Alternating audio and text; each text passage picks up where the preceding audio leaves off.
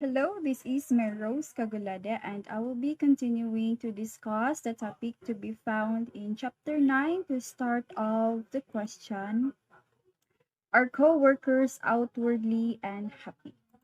In a social information processing theory, or the so-called social learning theory, employees observe the levels of motivation and satisfaction of other employees and then model them.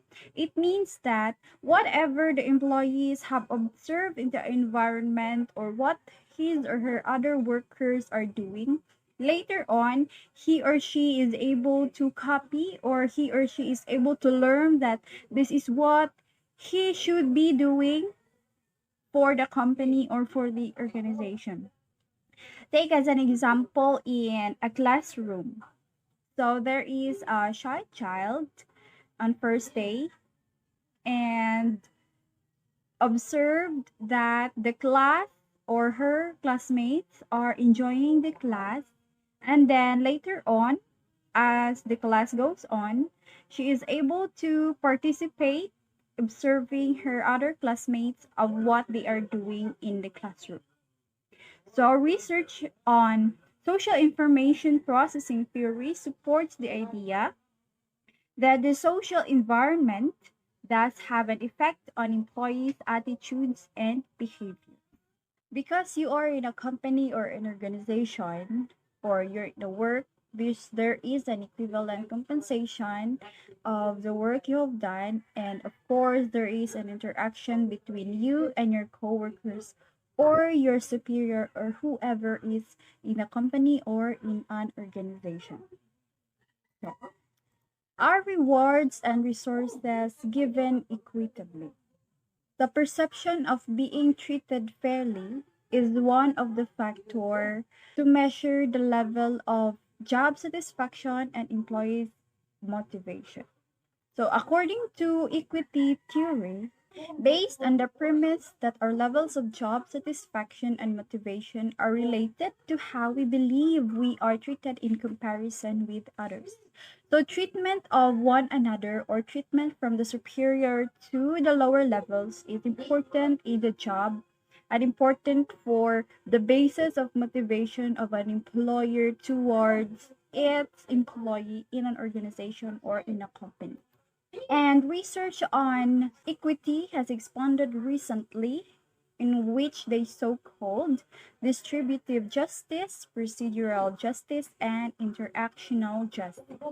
For distributive justice, this is a perceived fairness of the actual decisions made in an organization. The decisions are from the superiors of the organization, or what the organization have decided on to whatever is to be implied in the organization or the company or the business. Take as an example when an organization or the company is announcing that they will be hiring a job for a vacant in the company, and the announcement is considered to be as the distributive justice because it is the company's decision made to do a hiring for the company's vacant jobs.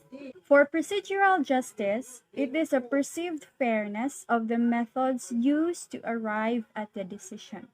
So, because the company is announcing that they will be hiring people, of course, they will pass through an interview. And the criteria made in an interview, it is where procedural justice takes place. It is the criteria or the methods or the process used in the interview so that you will be hired, or the reason for you to be accepted in the company. And for interactional justice, this is a perceived fairness in the interpersonal treatment employees receive. So this is the treatment the employees receive from the environment or from the superiors or their employees in an organization or the company. Because it is a company or a business, it is their nature to have workers or employees for them to operate, because what a company would be or what a business would be without workers, and how would it operate So the best way to keep employees satisfied would be to treat them all fairly, which would entail that you have to pay more to those who contributed the most in the company. So it implies that the higher the position you have, the higher the pay you receive. It is a direct relationship of the job you have and the pay you receive. Although many would disagree with this approach, it would be difficult to implement for several reasons. And one of the reasons would be practicality. Well, of course, both of you are receiving the same compensation, but your expenses is different from the expense of the other worker.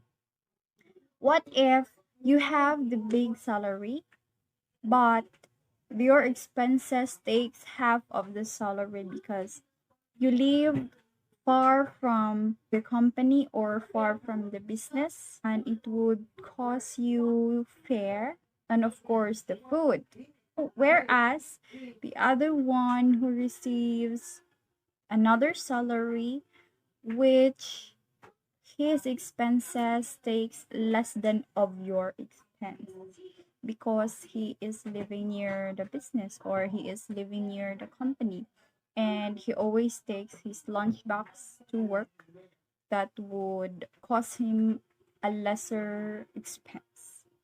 And the other one, which equity is difficult to achieve because employees' perception of inputs and outputs determines equity, not the actual inputs and outputs. For two workers receiving the same compensation, but you believe that you are doing more than enough of the work, but you have seen that the other worker is doing less than what you are doing, not knowing that the other worker is whether coming early to work or doing an overtime for the work to be done. And then your perception of the other workers would cause you dissatisfaction and would lessen your motivation of doing the work. So judgments of employees must importantly be based on factual information. Because there is a question of job satisfaction and employees' motivation, is there a chance for growth and challenge? So, Maslow thought that the need for growth and challenge, which he labeled self actualization, is important only after low level needs have been met. So, the easiest and the common way is through job rotation, job enlargement, and job enrichment. So, for job rotation itself, it means you have to change from time to time. So employees is given the same number of tasks to do at one time, but the tasks change from time to time. You are assigned to master a machine for this week or for the month. And after you have mastered the machine you're assigned to, for the next month, you are to rotate or to change for another machine to explore your skills and to explore your capabilities onto where your limit takes you to. That is for job rotation.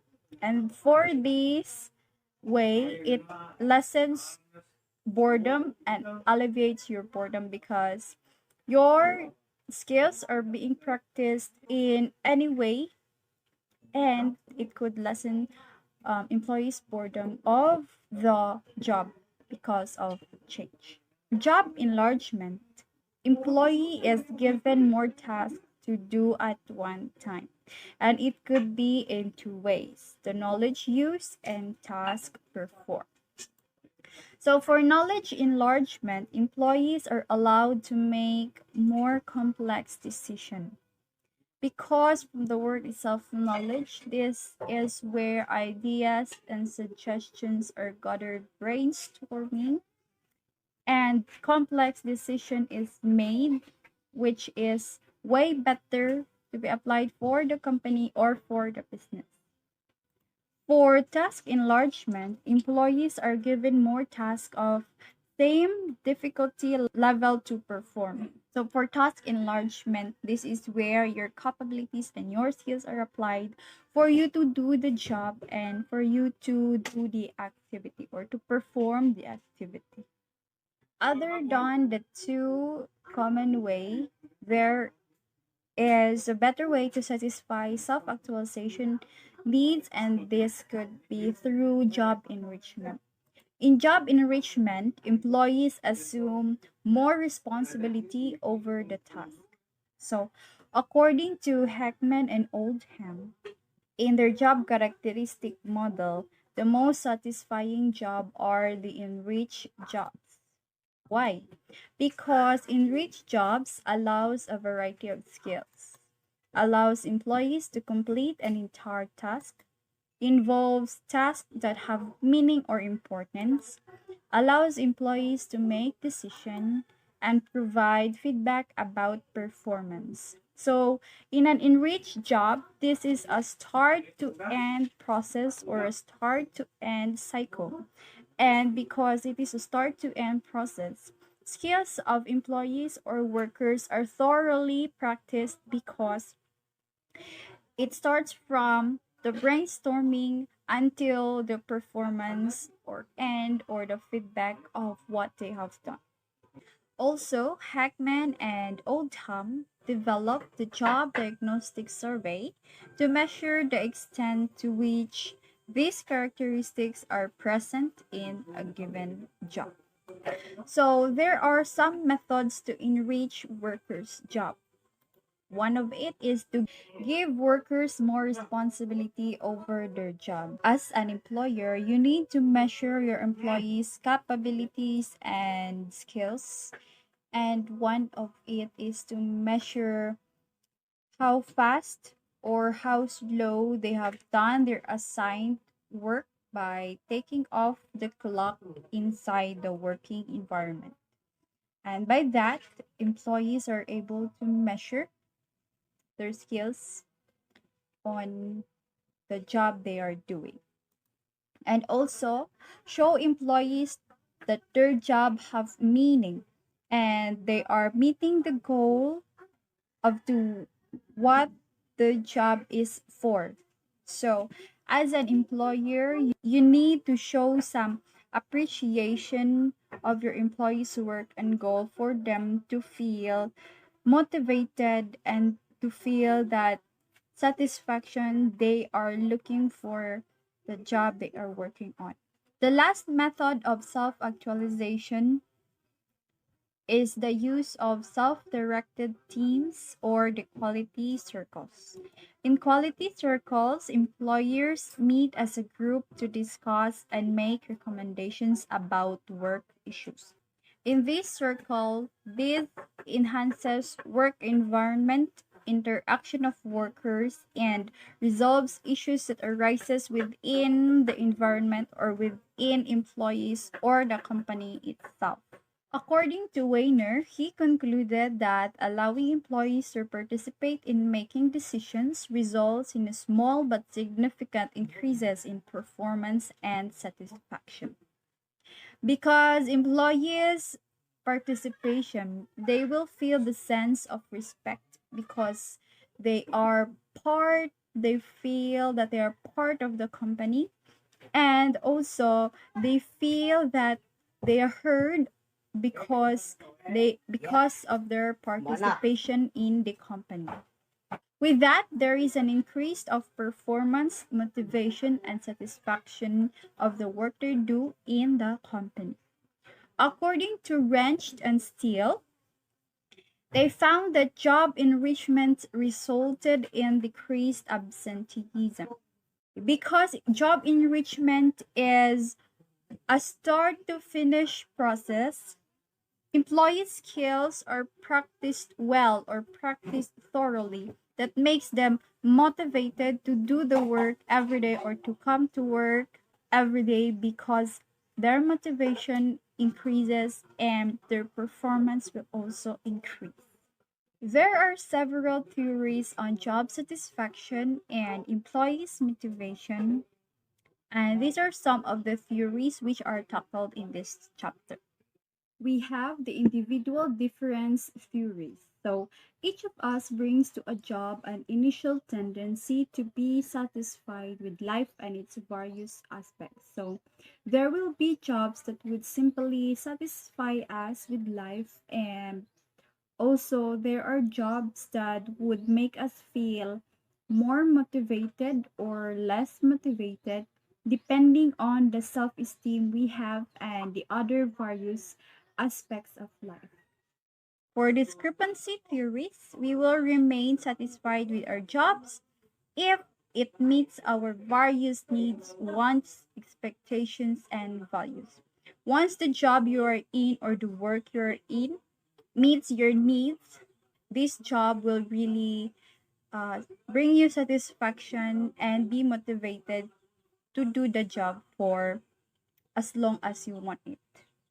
For intrinsic satisfaction theory and job characteristic theory, we will remain more satisfied with our jobs if the tasks themselves are enjoyable to perform.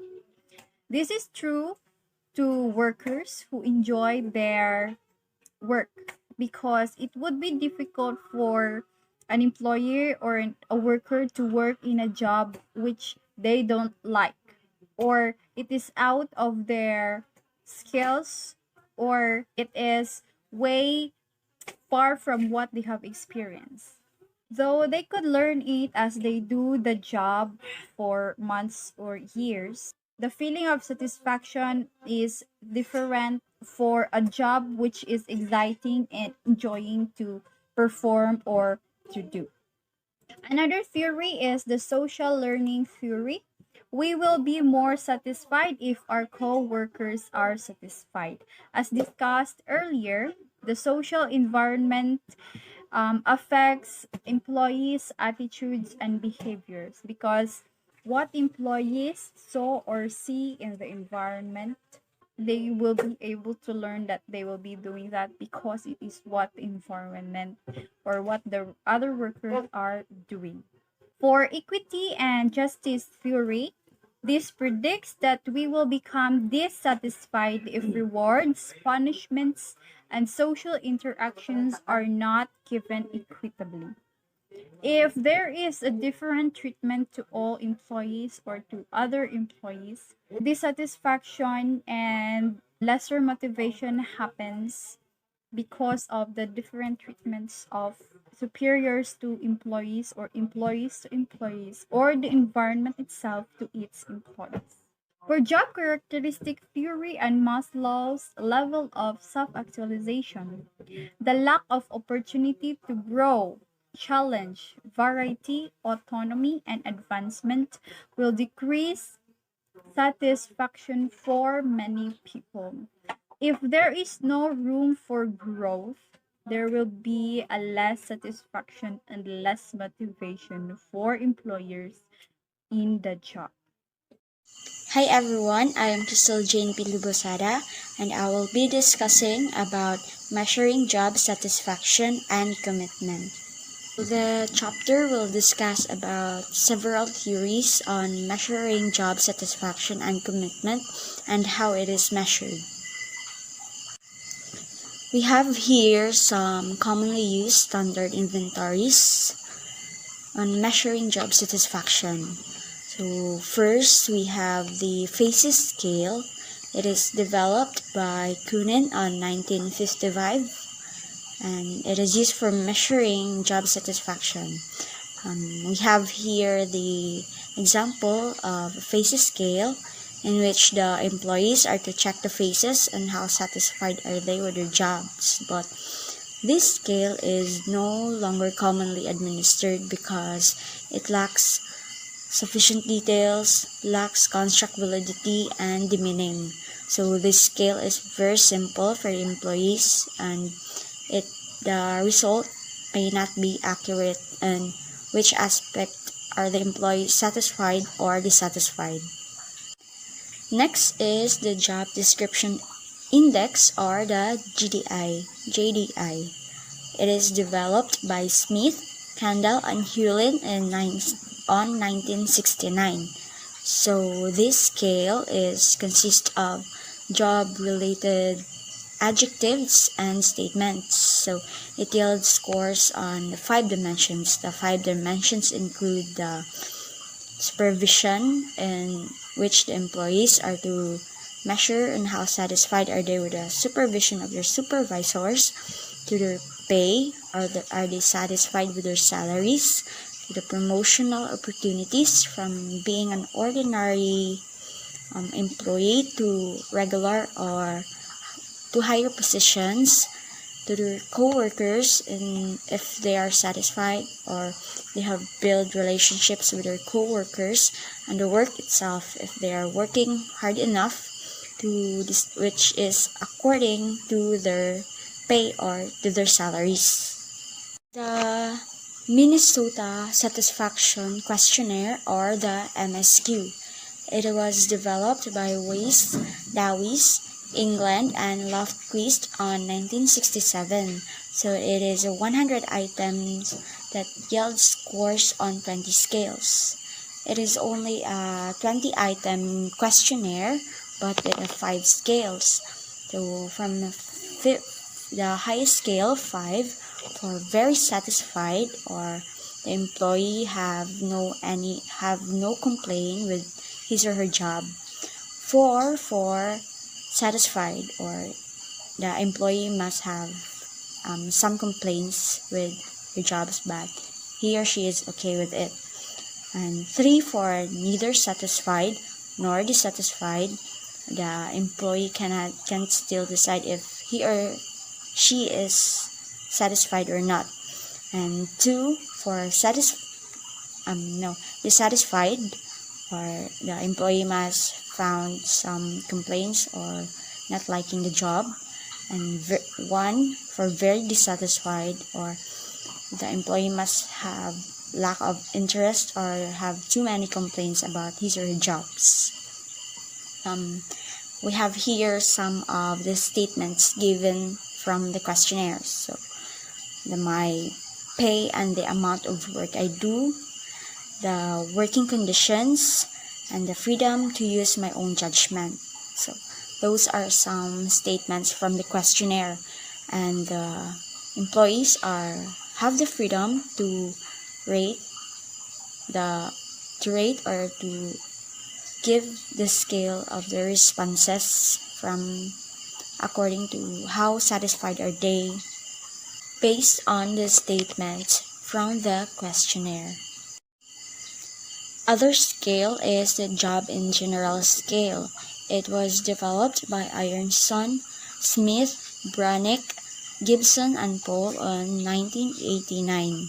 So an organization wants to measure the overall level of job satisfaction rather than specific aspects. So from the word general, it measures the overall job satisfaction of the employees, unlike the other mentioned inventories, in which it measures specific aspects or dimensions in which the employees are satisfied. But here in the JIJ scale, it measures the overall. So tanan ang iyang measure without mentioning or without dividing several dimensions or aspects of employees' job satisfaction.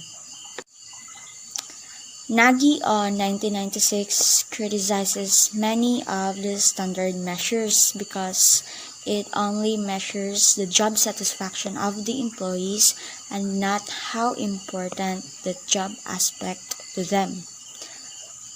So an example is about Sally and Timea. So Sally is a social climber in which she based one's status in life from the salary, and Timea is have inherited plenty of money but still works hard and enjoys keeping herself busy. So for Nagi, si Sally ang mo end up na dissatisfied because social climber siya, so mag-apas siya or she'll keep on chasing or looking for jobs with higher salaries, unlike ni Temea nga na satisfied siya and importante para niya ang magtrabaho no matter unsa kadakoon sa kagamay ang salary. So to be able to understand the difference, Nagi created a Nagi job satisfaction scale. It measures how important that job aspect is to the employees, and it also includes 2 questions per facet. First question is how important that facet is to the employee and how satisfied the employee is to the facet. Next on is for the measure of commitment. The most commonly used commitment scale is the Allen and Mayer survey on 1990. So it is at 24 items, 8 each for the 3 factors. The 3 factors includes the affective, continuance, and the normative commitment. For the affective commitment, here's a statement that shows that an employee has an effective commitment to his or her job. It says that I would be very happy to spend the rest of my career in this organization. So this kind of employee has an affection for his or her job, or gusto jud niya nga trabaho, and he or she is willing to do his or her best for that job. The continuance commitment, which has a statement that says, it would be very hard for me to leave my organization right now even if I wanted to. So you have that fear of loss, or mahadlo ka nga muwa na nimo nga trabaho because you might miss an opportunity, and even though you gusto na mo hawa because of personal reasons or kakapoy, but you choose to continue working in that organization. Next is the normative commitment. It says, I would feel very guilty if I left my organization now. So you have that sense of obligation to stay, or you have rendered your loyalty in that organization even if nakita na nimo sa aban company nga marag mas dako ang ilang benefits or mas ingadyan ang gi-offer nga para sa mga workers, but you chose to stay and be loyal on that organization you are working. Other measures include the Organization Commitments Questionnaire, or the OCQ. It is developed by Modi, Steers, and Porter on 1979. So it is a 15-item questionnaire, and it measures the 3 commitment factors. The factors, if the employee is committed to accept the organization's values and goals, and if the employee has a willingness to work to help the organization, and if he or she has the desire to remain with the organization. Even though tulo ni sila ka-aspect, it only yields 1 overall commitment score. So, i-generalize lang gihapon siya. And the other scale is the Organizational Commitment Scale, or the OCS, by Balfour and Weschler on 1996. So it is a 9-item scale, and it measures the 3-item commitment aspect: the identification, exchange, and affiliation. Identification, or the employee's identification or role in the workplace. The exchange of ideas and communication with co-workers, and the affiliation or the connection of each workers or to their co-workers and to their job as well. To measure the commitment of the employees is very important kay kung musod ta sa usa ka trabaho or isa ka butang, we must be committed para mas i-love nato or i-embrace nato og unsay atong gibuhat or unsay naa nato. All of the above inventories are all standardized or standard. So, naa na yung mga naka-ready nga questions or mga questionnaires. And next is the custom designated inventories. It is an organization can ask employees questions specific to their organization. To custom, so they can customize questions that is just related to their organization. We'll take for example here sa mga malls. So, tungod sa pandemic, there are many changes.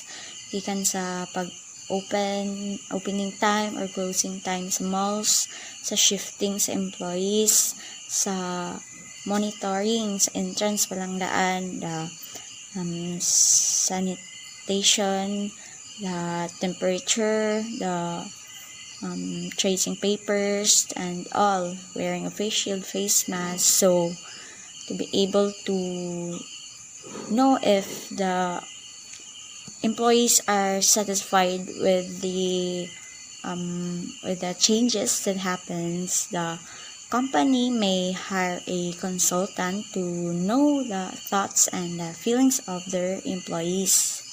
By conducting survey or asking questions to the employees that is just related to their company's concerns. The consequences of dissatisfaction and other negative work attitude. So we have here absenteeism. Due to high cost of absenteeism, the organizations are expending great efforts to reduce absenteeism. First here is we need to understand why employees missed work. Second is punishment will also reduce absenteeism. And third is wellness programs increase attendance if absenteeism is mostly the result of illness. Top 3 reasons for taking the time off is personal errands, catching up on sleep, and relaxing. So, some employees use the sick days para mo absent para maka-relax or for vacation, short vacation, or maybe for personal errands or night emergencies. Linking attendance to consequences. So, rewarding attendance and punishing absenteeism. So, when you know nga naay reward kung present and naay punishment kung absent, so ang employee na ang magbalanse kung attend ba siya o mo absent. So the decision making process may not be clear, but you have to weigh the consequences of going to work or class against the consequences of not going. Example here is you have a 7 a.m. class and you have an exam on the afternoon. So, nag-decide pa ka kung klase ka sa 7 a.m. or matugsa ka and magtuon para sa exam nimo inagkaudto. But then, na-realize nimo nga kanang 7 a.m. class, ang instructor ani is fond of giving special quiz and extra points for major exams. And yes, so nag-decide pa ka. So, it is up to you to decide kung mo-attend ka sa klase or mo-absent ka and magtuon para sa exam nimo inagkaudto. So, there are several ways to increase attendance. First is rewarding attendance or katong mo hatag og special quiz or extra points para sa mga ni-attend. And second is disciplining as absenteeism. Some organizations mag-penalty sila and sa magpa-community service para sa mga ni-absent. And third is keeping accurate attendance works. Rewards for attending includes financial incentives, time off, and recognition programs. Financial incentives are money rewards for employees who achieved a certain levels of attendance, and the employees who missed 10 days of attendance might receive nothing. So, katong mga gagmay rag absent and daghang present, matoy dako ang possibility nga makadawat sa mga financial incentives. These financial incentives includes well pay, financial bonus, and games. So, well pay it involves paying employees for their unused sick leave. So, kung wala sila nagamit sa ilang sick leave na days, so possible na full ang ilahang madawat at the end of the year. And next is the financial bonus. Thus, the perfect attendance might receive full bonus and employees for achieving certain levels of attendance. So, itong mga perfect ng attendance and maybe katong mga gagmay rag absent, matoy dako or full ang madawat sa end of the year. Third one is games. So it rewards employees who attend work, and the winning employee would be given a prize. So narang sa company kung what type of games ang ilang ihatag para motivate or ganahang mo sud ang ilang mga employees kay ma-excite nga na games pag-games nila sir na sila ma'am. So ang prizes maybe money or maybe meal or anything mahatag as a reward to your employees.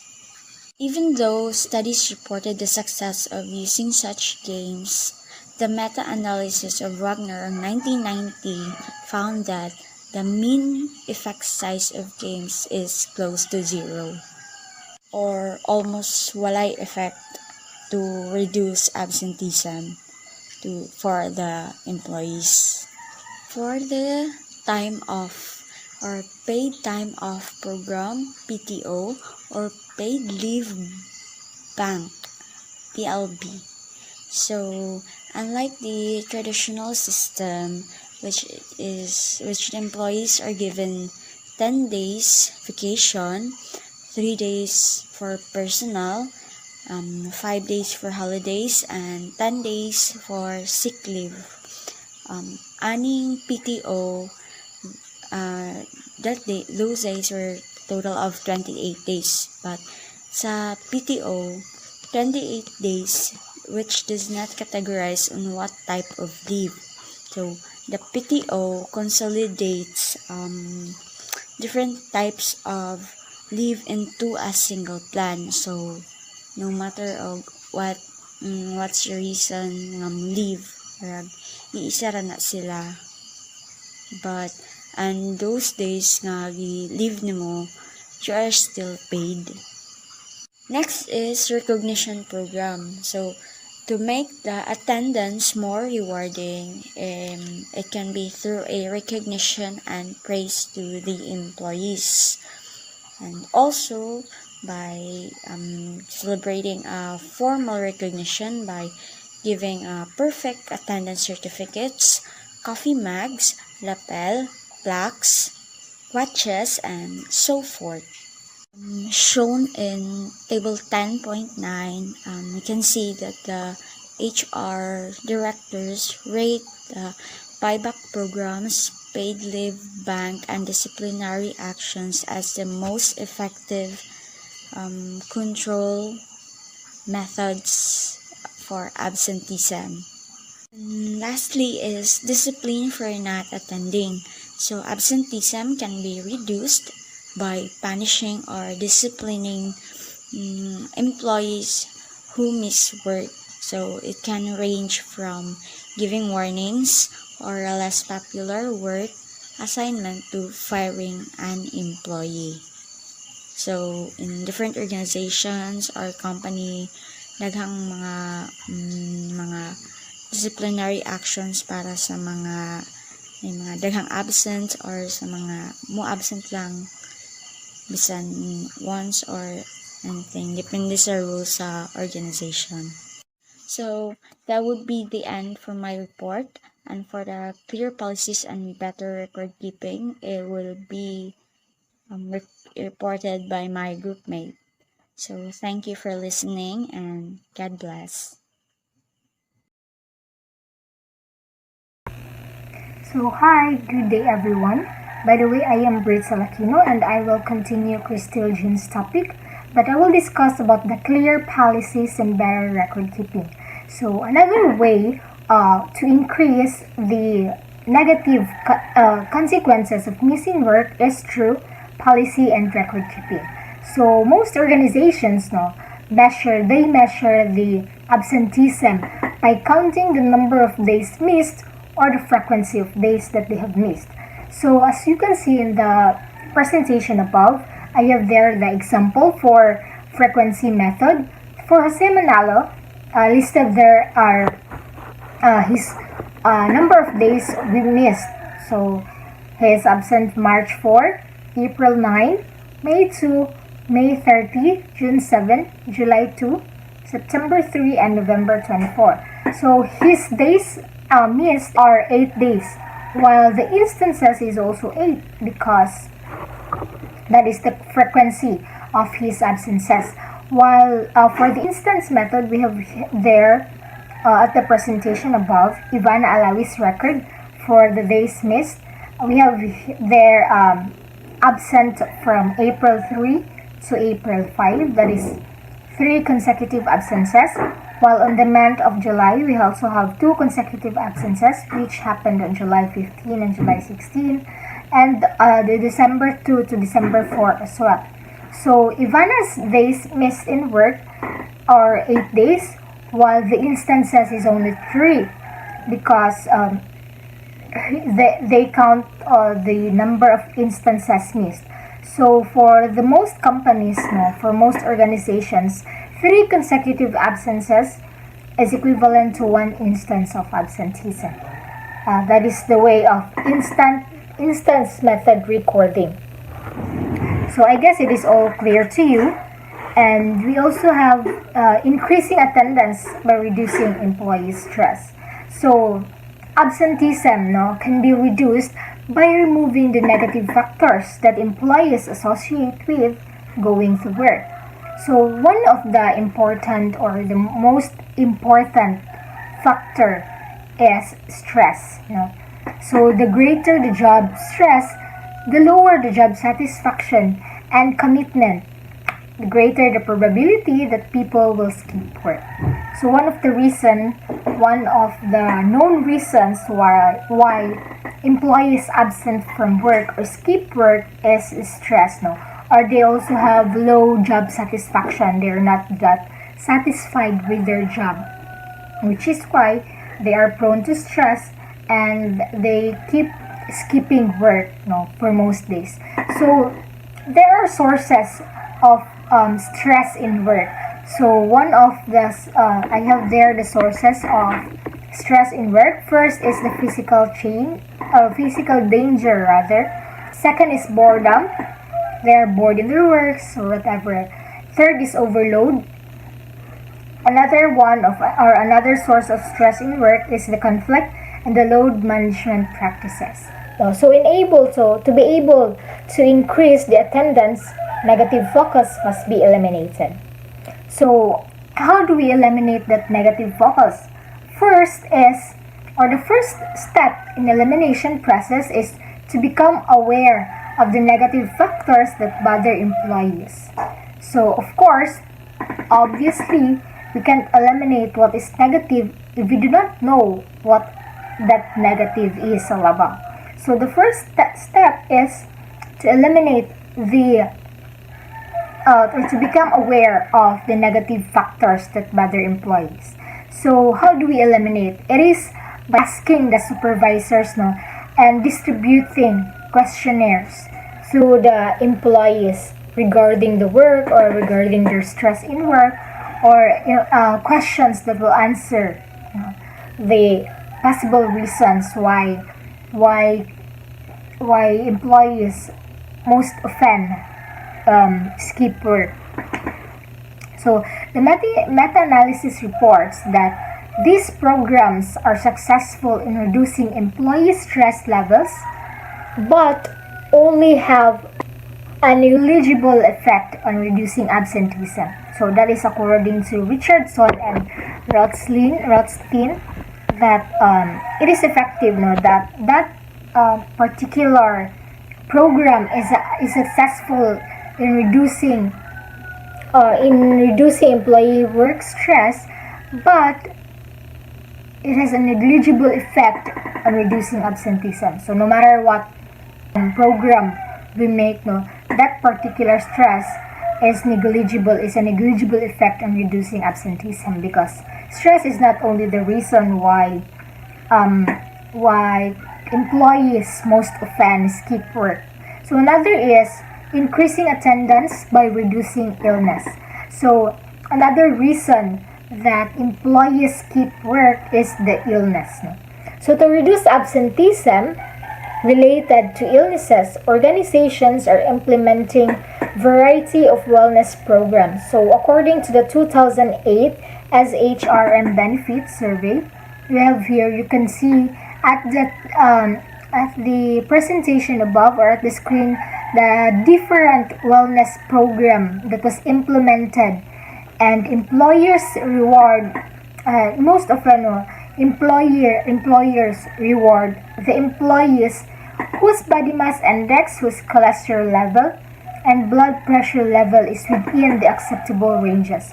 So that is a way of motivating their employees to take care of their body, or to be health conscious, because they offer rewards to the employees whose mass index and cholesterol level or either blood pressure are within the acceptable range.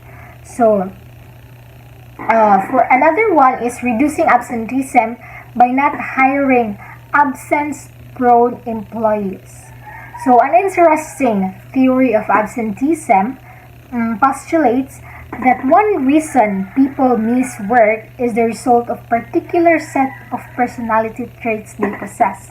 So bisag unsa pa bisag mag-hire pa ta og people, no, there are these people who is absence-prone employees, which is why we must be careful enough in hiring employees so that we reduce absenteeism. No, naadyo mga tao nga mga absinos bisag walay gibati or bisan pa og dili sila stress sa work, wala enough reason they used to absent or they skip from work, because that is their own personality, no?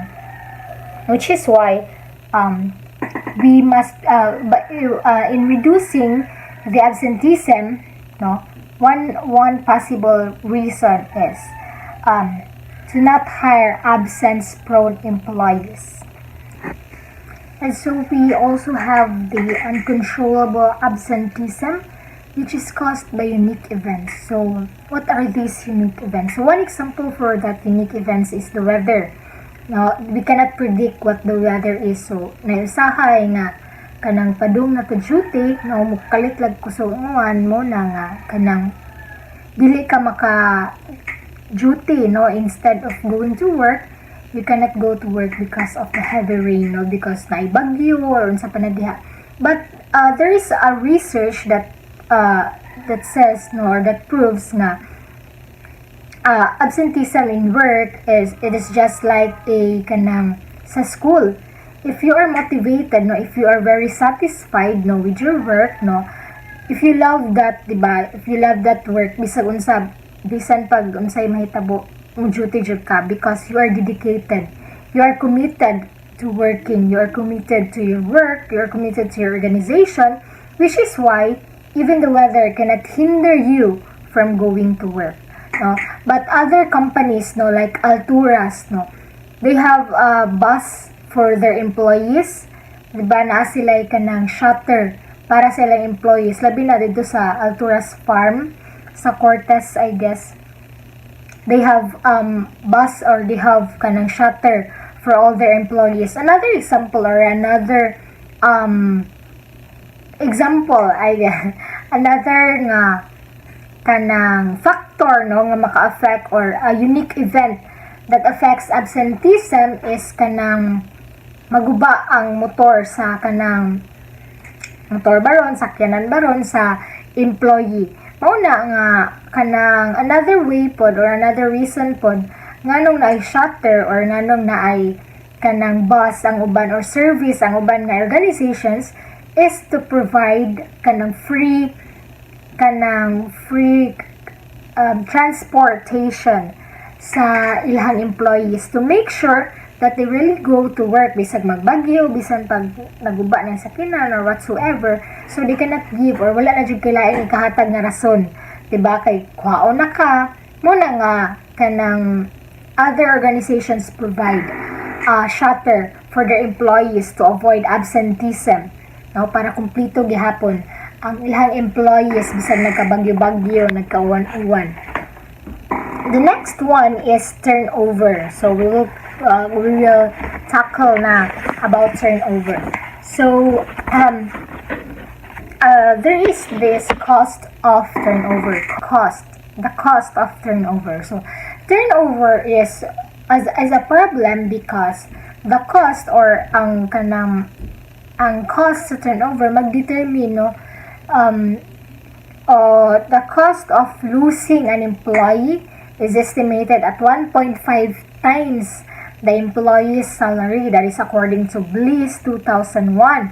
Muna nga, if an employee nauna siya annual salary of $40, let's say $40,000, no, then the cost to replace the employee will be $60,000, since it's 1.5, no, multiplied by 1.5. So for both, that is already for both visible cost and the hidden costs. So what are those visible costs that I am talking about? So this visible cost, no, as the name implies, it's visible, meaning makita. So that which includes the advertising charges, like advertise na po ka for hiring employees, kay nawadaan magkag employees, or advertising or recruiting once again. So mag-cost bag. That will cost, that is a visible cost. Another one is the employment agency fees, what else? The bonuses, the recruitment travel cost, no, cost of travel, what else, and salary, and etc. Anything that is visible to our naked eye. And while the hidden costs refers to the loss of productivity associated with employee leaving, diba? Kung mo-leave kintahay, or kung muhawa kintahay imuhang baker, wala na kailaing baker, no? Which is why nga ma-lessen, no, ang imuhang halin, makuhaan ang imuhang ang productivity sa company. It is because you lose one of your employees. That refers to the hidden costs. So in reducing turnover, no, there are also ways, no, to reduce the turnover process. So first is what? To find out why your employees are leaving. So to reduce the turnover, we as employers, no, must know the reason why our employees are leaving, that could be done by administering attitude surveys to current employees and conducting exit interviews with employees who are leaving. I also experienced that one, no, since I used to work from one of the milk tea shops in the province, no, dili lang nako nganlan, but I guess some of you knew where I am working back then, or where I work back then. So ano jud sa company nila, no, every after 3 months, they used to let us answer surveys through Google Forms, no. Nag-survey na siya, either naaba mi all about company lang, problems, unsa ba need i-improve sa organization, or unsa ba mo i-suggest, no, for the organization to remain its standard, no, organization, no. Kay layuban nga duan na nagkasinabot sa kuan, unya wala nagkasinabot sa what you call that one, sa workplace, muna nga kanang naanay manghawa ka, di nakasabot, stress na or whatsoever, which is why they let us answer, no, the form from the Google form, no, because that is a way of kanang testing nila, kanang evaluating nila about sa company, kay basig nanay mga nahitabo nga wala nila nahibaw-an. So that is also one of the advantage, no, sa isa ka company, knowing the opinions or knowing the current situation of your company or of your organization. So there are kanang reasons, no, we have different reasons man jud, but there are known reasons, no, why employees leave their job. Sabay na mga reasons ngano ay sa empleyado mubi sa iyang trabaho, no, sa mga nairason nganong gibiyaan po ka. So because so the first reason for that is the unavoidable reasons. So unavoidable reasons, no, that is as the name implies, dili kalikayan nga mga rason. First one there is as you can see in the presentation, there is schooling, no, pag mundang ka because ng trabaho ka, ay muskila na ka, just like mga seasonal nga mga ng trabaho, like they work for kanang summer job lang, for Christmas breaks or whatsoever, no, seasonal job lang muna nga mo end sila sa ilahang work for them to pursue their career, no, para mo padayon sa nag-eskwela. Another one is also ending school, no. Ganun mo leave mag-work when you are ending school. It is because others like mga nag-OJT lang, no, they have to end their work. They have to leave their work because they need to pursue their kanang career path, no, ilahang yung career mo na nga mo leave sila sa work. Another is job transfer, mo transfer ka job. So employee illness or death, when you cannot make it anymore na because you are very ill or the worst, kanang mamatay na siya, mamatay na ka, di na siya kakatrabaho na, which is why you leave work.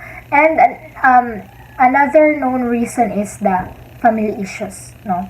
There are issues that arises within your family that needs or that kanang pushes you to leave work, mo na dili siya nakalikayan ng mga rason. The next reason, or the second reason, no, is the advancement, no, from the word itself, advancement, which is to pursue promotions or better pay.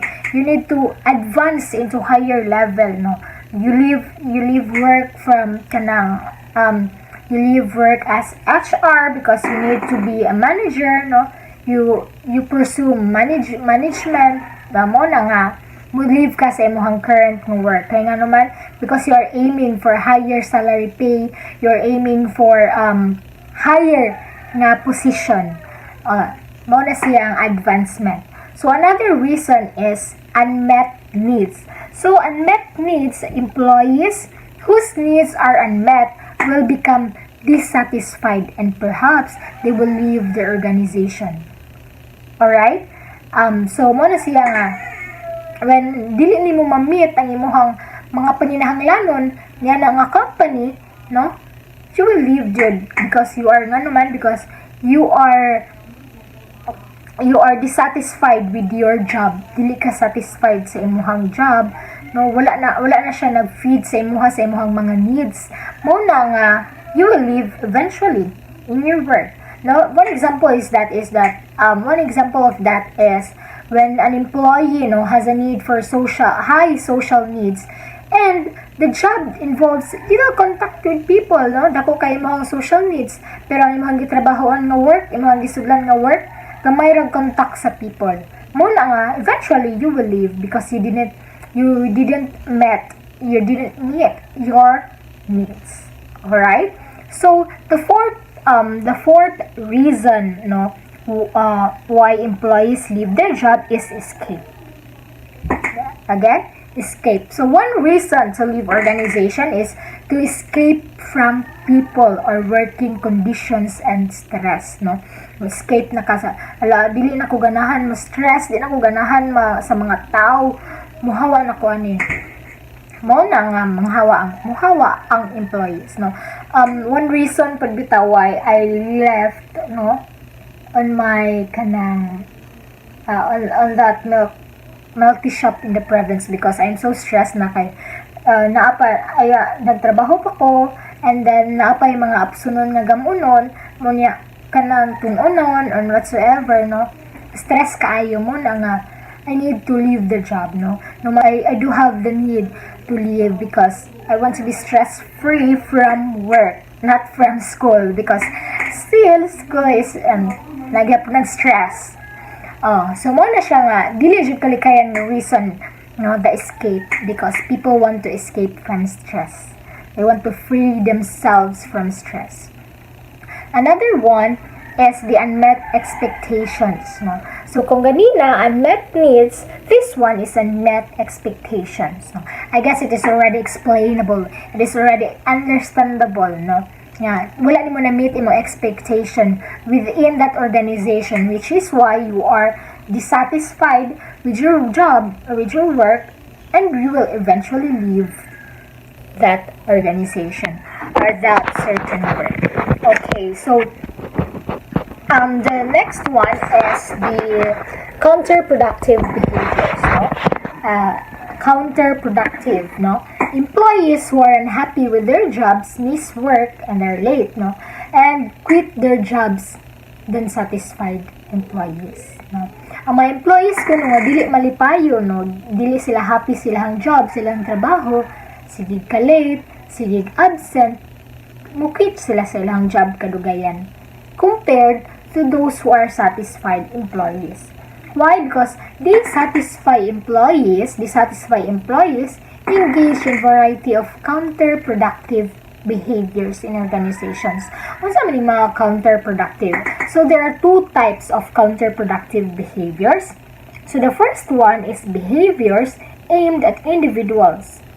So behaviors that aimed at individuals in the organization. So example for this one is gossip. Chismis, chika-chika, chismis, mga issue-issue. And the next is harassment or bullying within the organization. You aimed on the individuals inside within your organization. Chika issue-issuehan mo ng tawhana. That is a counterproductive behavior. Because it hinders the productivity of the organization when issues arises. Second one is the second type of counterproductive behavior is the behaviors aimed at organization. So kung ganina is individual, this one is organization. Meaning, you want to hurt the organization. You want to, in what way? It's either theft or sabotage ng mga watbaka sa imong kumpanya because you are hurt.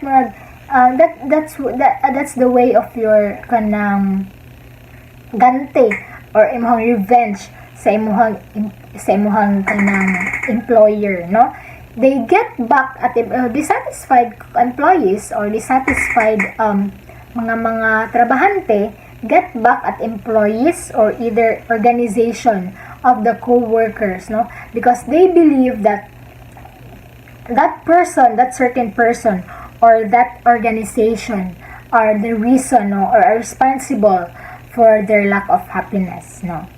Ako kintahay, dili ko ganahan sa ilang palakad, sila nakaangin nganong dili ko malipayon. So I will make a way para mo get back to them, either kanang ngawat ba ko sa ilang company, sa ilang mga halin, kuhaan ako lang mga halin, or whatsoever. That is counterproductive behavior. And then the next is the lack of organizational citizenship behaviors. So the organizational, or there is this organizational citizenship behaviors, no? These organizational citizenship behaviors, or OCB, those who engage in organizational citizenship behaviors are motivated, no? They engage and are motivated to help the organization and their co-workers by what way? By doing the little things that are not required, no? Kani sila mga organizational citizenship behavior, mo engage sila, motivate sila nga mutabang sa organization, motivated sila either sa ilang own little ways lang, either they will finish the project, no? Staying late para silang project, imuha on-time duties until 5 p.m. lang. But because you have you are dedicated, no, to your work, and you are motivated to help the organization, you will stay late to finish a certain project, no? That is your little things, no? Mga little things lang. And then another one is helping a coworker that is already behind in her job, no? That is also your own little way, no? You are motivated to help the organization. And the other is mentoring a new employee. So during my first days, my first 3 weeks or 3 months, I guess it was 3 months, and that milk tea shop in Bohol, no? I was trained first before na I work individually na jud, no? They give trainings, of course, to their newly recruit employees, and that is also a advantage sa ilahang company because they offer kanang trainings jud before pwede na mabiyaan ng employee rather. Okay, sorry. So that would be all for the lack of organizational citizenship behaviors.